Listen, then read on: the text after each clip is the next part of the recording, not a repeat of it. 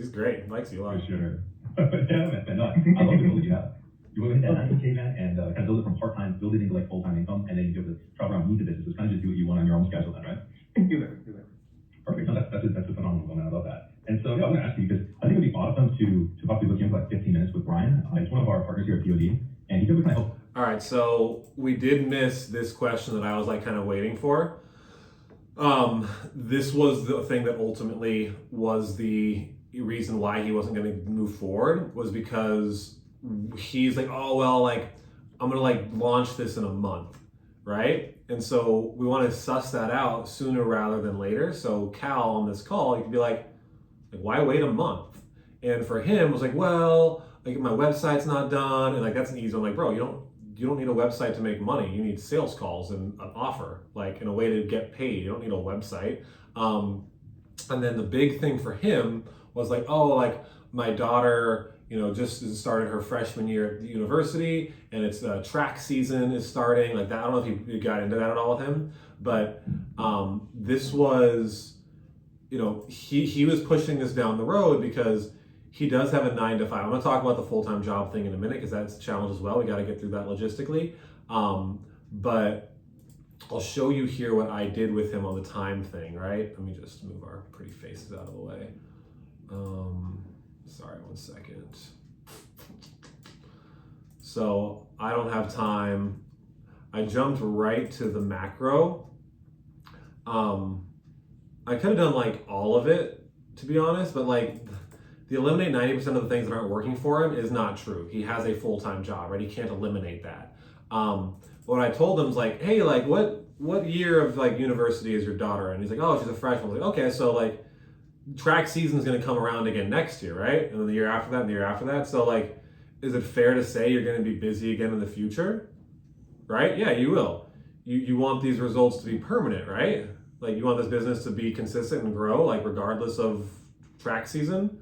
So like, do you feel like, you're going to be able to succeed only in perfect conditions? Then when you get busy, like, can you maintain that? Or do you feel like you might fall off if you can't learn how to win in all seasons?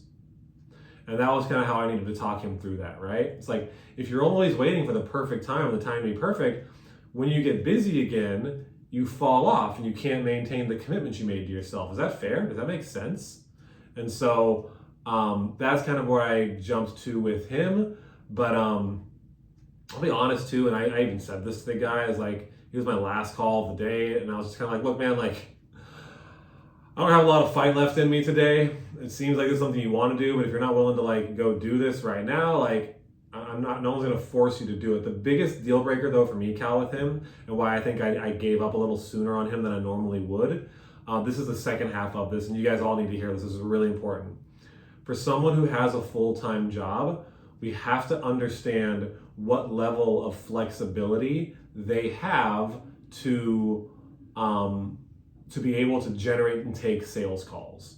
And this guy had an extra, unfortunately, twist here I'll get to in a minute. But whenever someone's like, hey guys, I got a full-time job, we need to quiz them a bit, like, hey, what type of flexibility does that job allow you? Are you going to be able to take sales calls? People on the East Coast, I usually, oh, cool, so you can like take sales calls in the evening. People maybe on like the West Coast, right? Like you at 5, 6 p.m. can take sales calls 7 p.m.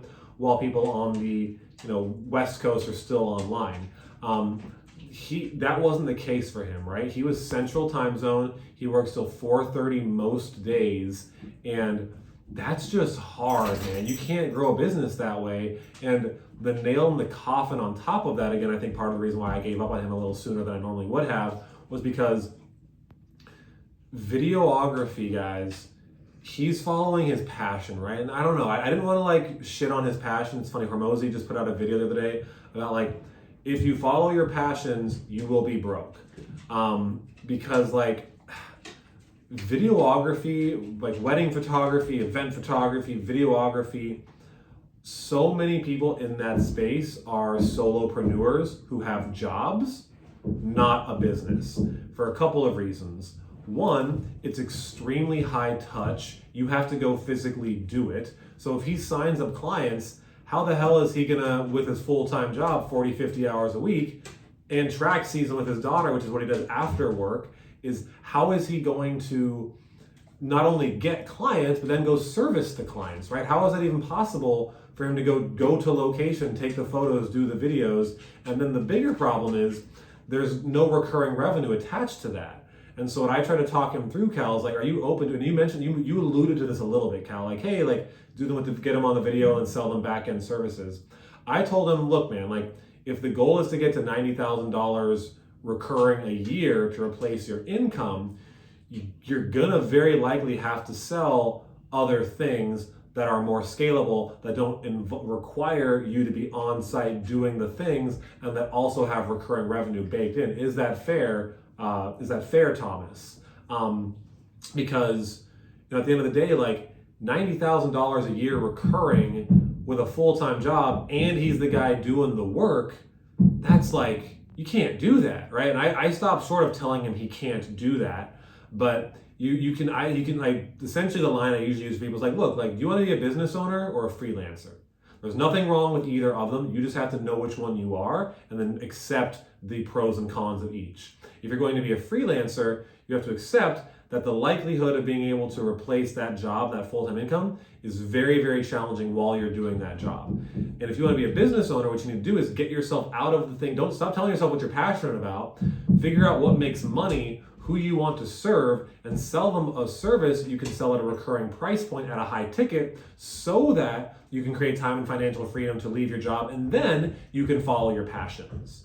Now, the in between here for Thomas was, hey, that doesn't mean for some clients you can't do photography, videography, and then use that content to run paid ads for them and get more clients. You could do that, but at the end of the day, if he's only wanting to do videography and photography and make $90,000 a year while he's working this full-time job, that is a tall order. And I told him that in so many words, but I also, again, I didn't have much fight left in me at the end of that day. I felt a little bad for letting that slide, but that was the reality. So I think he wasn't as receptive to that, because he is like, well, I'm just really passionate about this. So for you guys, the short version of what I just said is essentially, we need to see what type of flexibility their full-time job actually allows them to be able to grow this business. Are they committed to doing what's necessary outside the confines of that current job and the restrictions that it gives them to do what is necessary? And do they have an offer that actually allows them to be more scalable, or are they risking shooting themselves in the foot? Because again, like, $90K a year with like how many 10 hours a week on a photography and videography business, that's hard. That's a tall order. Everything I'm saying, tracking here, making sense, guys? Yeah, and one thing I want to add too, I think in this call, we get into talking a little bit about he wants to reach the 90K, like billion from part-time, to then quit his full-time job, right? Right. So I was thinking maybe that would kind of qualify, but I hear what you're saying as well, and maybe I took it the wrong way. No, I don't think you took it the wrong way. All the way up. I don't think you took it the wrong way. I think this was a decent set. I think that we need to, the one thing we did do wrong for sure that I'm not gonna, sugarcoat is the urgency on when he wants to do this. Because he told me right out of the gate, like in a month or so. I'm like, oh, okay, well, why a month? Like, what's gonna be different between now and a month? Oh, well, track season with my daughter, and I have a full-time job. So yeah, just food for thought. I don't think you did anything wrong, Cal. You're just learning how to navigate this type of conversation where someone does have a full-time job, and what is the proper type of offer they need to sell to be able to get to that goal without completely burning out, right? Because he has to do that job. There's no options around that unless he quits. And I don't recommend people quitting their jobs to do this. That puts too much pressure on them, right? Unless they have like a year of runway in the bank. Like, hey, you have a year of runway in the bank to quit that and then go do this? Okay, I'm open to that. Do not quit your job and expect to replace that income in the next couple months. That is a bad expectation to have, right? And so what you need to do with this case, like, hey, are you open to maybe a different perspective on what it takes to get to where you want to go? And then this is what I told him, but I can sense, I throw my hat on the floor, that he didn't like hearing that as much because he's passionate about the thing he wants to sell. And so then you have to go into the frame of like, hey, like, do you want to be a business owner or a freelancer? There's nothing wrong with either or, you just have to know which one you are and then accept the pros and cons of each. So that's how I would be typically handling this. Does that make sense? Absolutely, thank you. Cool.